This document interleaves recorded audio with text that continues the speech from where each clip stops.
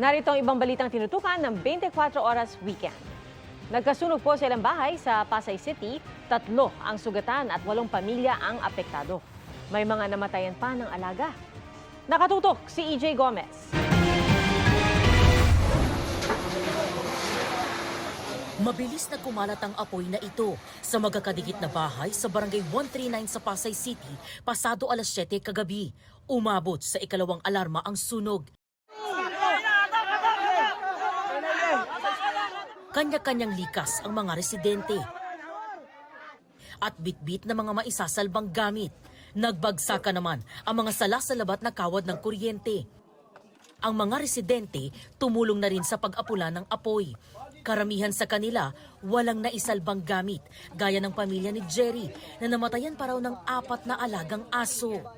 Pagkuha ko sa bata, hindi na namin apoy na. Paglabas namin, ayun na, wala kami nasalba kahit ano.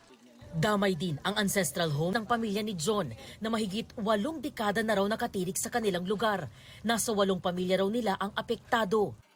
Nalungkot lang kasi ancestral house po namin to. Sa mga great-great-grandfather ko pa yung nakatira dito. Wala kami nasalba lahat. Damay din sa sunog ang ilang motorsiklo ng kanilang pamilya.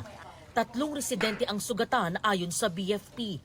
Kabilang dyan ang 78 anyos na si Lolo Roberto na nagkasugat sa paa matapos mailabas sa bintana. Nagka-injury naman sa paa at paso sa kamay ang 43 anyos na si Bonnie.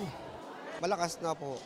Hanggang sa meron nang bumabagsak, hanggang sa nabagsakan na po ako, sinalag ko, hanggang sa tumama sa paa ko, binomba ko ng fire extinguisher yung paa ko, hanggang sa naubos na yung laman ng fire extinguisher, naubos na rin po ko. Malilit lang po yung mga iskinita po talaga. Sa covered court ng Barangay 138, nagpalipas ng gabi ang mga apektadong pamilya.